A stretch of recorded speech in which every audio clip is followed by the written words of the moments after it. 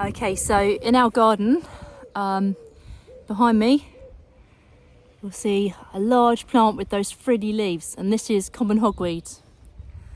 This is what I'm using in the Ukrainian Borscht. It's been traditionally used in Eastern Europe for thousands of years. Very widely available vegetable over there. So this is what I've got about 2 cups worth of hogweed stems. These are the young shoots, which are nice and tender, the young leaf shoots, and later on the flowering heads. I've also got a bit of lovage. So why should we use this plant? It is very slightly phototoxic, so when you're picking it, you do need to either wear gloves or just wash your hands afterwards. I mean, personally, I've never had a problem with it, but some people with more sensitive skin might get burns, especially when you then expose your skin to sunlight. That's why it's known as phototoxic. It's very mildly phototoxic, and it's perfectly safe to eat, especially once it's been cooked. So don't let that put you off. So, okay, so knowing that, why should we eat it? Well, common hogweed is incredibly nutritious.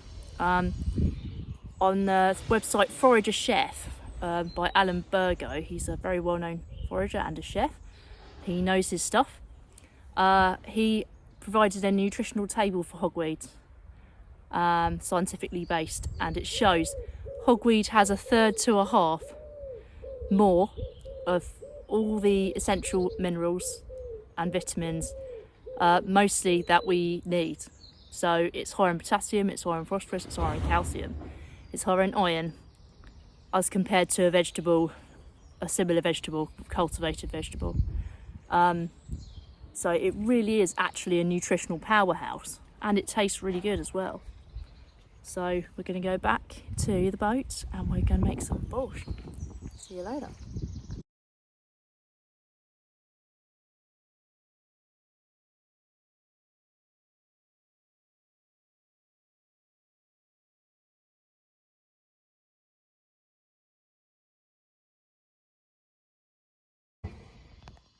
So here I've got some diced carrot, 1/2 cup of diced carrot, 1 cup of potatoes. I'm going to cut the potatoes up. I'm going to do 1/2 cup of beets, raw beets. I'm going to do some onion, 1/2 cup of onion. That's what I've got here. There's a few more things, but we'll talk about those later.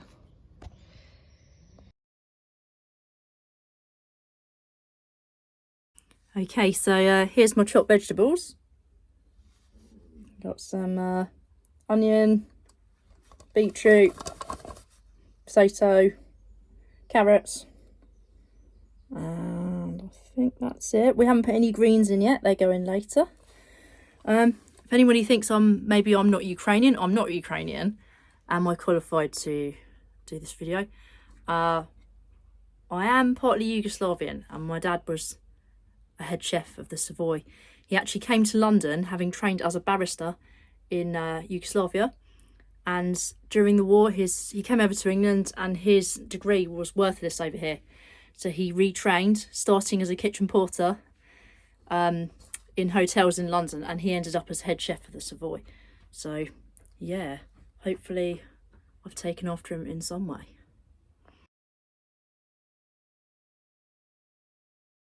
So the original recipe called for parsley, but I'm going to use lovage because that's what I've got growing in the garden.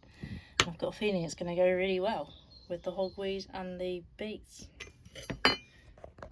So now I'm going to sweat the vegetables. So I've got a tablespoon of butter and a tablespoon of veg oil.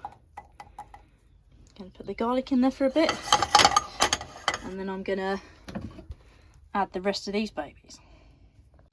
Okay, so now we're going to make the paste with, I'm using Greek yogurt instead of sour cream, it's healthier. I've put 2 tablespoons of plain flour and 1/2 tablespoon of mustard powder. You can use horseradish sauce, you can use wasabi. I'm going to use mustard powder because I've got it and I want to use it up. And we're going to put 1/2 cup of Greek yogurt in and mix it up. Okay, so this is all mixed up now. And we've got with all the mustard and the flour, it's forming quite a stiff paste. Just got half a cup there. And once the rest of the stew, the hogweed borscht, has boiled and we've added the greens, I will then, we're going to add a little bit of the stock from the stew into this, stir it, and then add it into the soup.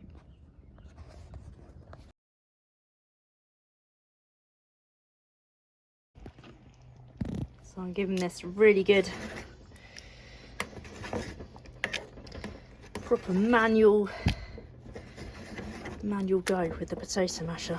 We do things in the low impact way down here, so that's why I don't have a blender or anything like that. So it might be a bit granular, but it's been completely deep green, no impact.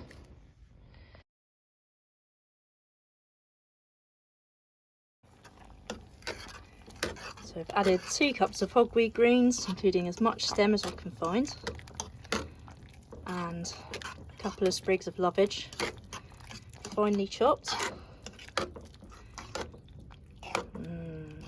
Check that out. Smell of lovage, like superpower celery. Delicious. Okay, so I'm adding about half a tablespoon of dried dill to I've got half a cup of Greek yogurt, a cup of fermented hogweed, together with half a cup of fermented hogweed juice in here, and I've just mixed in with the yogurt, which we previously mixed with flour and mustard. I'm going to wait until we serve this and then heat that back up and spoon this in once it's cooled, because we don't want to lose all that lovely lactobacteria. So I've just added the yogurt and hogweed and a bit of the flour mustard mix, and stir it all in there. You can definitely taste the lovage. And once those hard-boiled eggs are ready, it's going to be ready to eat.